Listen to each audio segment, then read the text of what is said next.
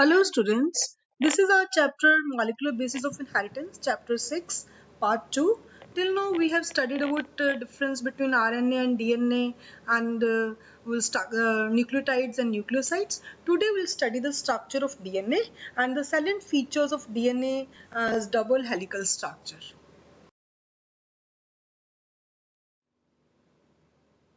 As I told you, the DNA is a acidic substance due to the presence of phosphoric acid. It was present in nucleus was first identified by Friedrich Mieser in 1869. He named it as nuclein, but due to some technical limitations, it was a long polymer intact polymer. The elucidation of structure of DNA remained elusive for a very long period of time. Later, in 1953, James Watson and Francis Crick, based on the X-ray diffraction data produced by Maurice Wilkins and Rosalind Franklin, proposed a very simple but famous model that is called double helix model for the structure of DNA.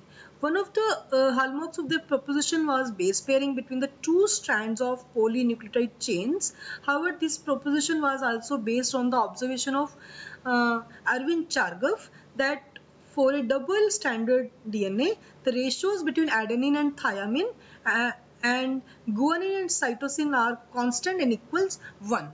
And it was named Watson and Crick model of DNA because it contains two polynucleotide strands coiled together in helical manner.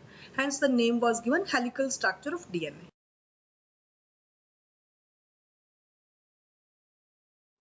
This slide shows the picture of James Dewey Watson, which got Nobel Prize at the age of 34 for this double helical structure.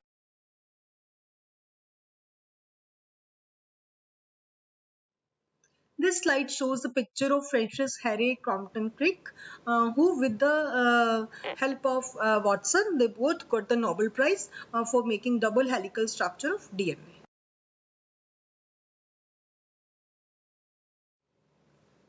The base pairing confers a very unique property to the polynucleotide chains. They are said complementary to each other, and therefore if the sequence of one bases in one strand is known, then the sequence in other strand can be predicted. Also, if each strand form a DNA acts as a template for synthesis of new strand. This will be doing in the next slides. The two double-stranded DNA thus produced would be identical to paternal DNA molecules. Because of this, the genetic implications of the structure of DNA becomes very clear.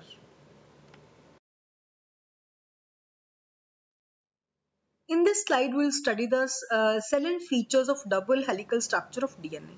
First is, it is made up of two polynucleotide chains where the backbone is constituted by sugar phosphate and the bases project inside. Second point is, the two chains have anti-parallel polarity. It means one chain is having polarity 5:3, the other will be having 3:5. The bases in two strands are paired through hydrogen bonds forming base pairs. Adenine forms two hydrogen bonds with thymine from opposite strand and vice versa. And uh, guanine is bonded with cytosine with three hydrogen bonds. As a result, always a purine comes opposite to pyrimidine, means double ring structure always pairs with single ring structure.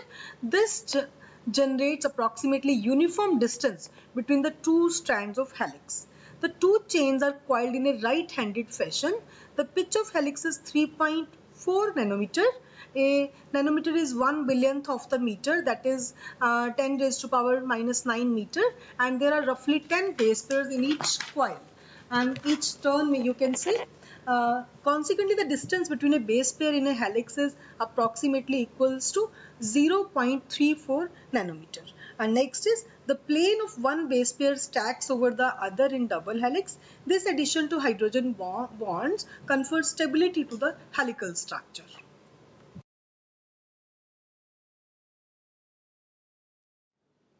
So, because of complementary base pairing arrangement, if one strand of polynucleotide sequence is known, other can be deduced. So, for example, fifth and third, and I am giving A, G, C, T, T, T, A, C, A, T, A, C, G, G, A, T, T, A, C. So we can do opposite to it. A के opposite T आ जाएगा, G के opposite C, then C के opposite G आ जाएगा, then T के opposite A आ जाएगा.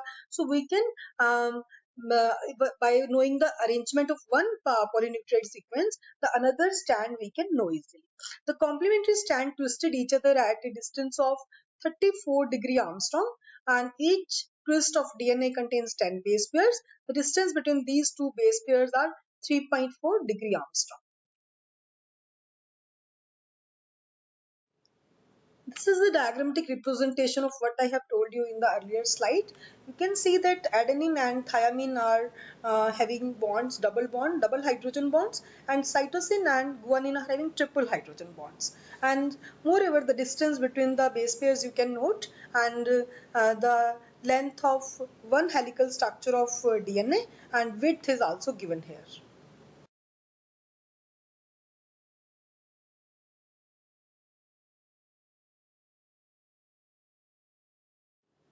This picture shows that how nucleotide base pairs are present and how they are present on the genes and how they are attached to the histone protein, and then they get converted into chromosomes, and then they are present in the nucleus. So we'll study this in more detail in the next slide, the next lecture.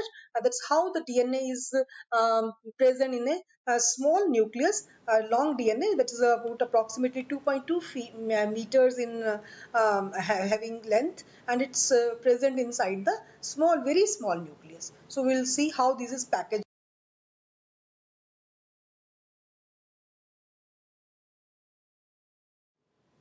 This picture shows the single nucleotide that's having deoxyribose sugar, nitrogenous base at the first end, and fifth end at the having phosphoric acid.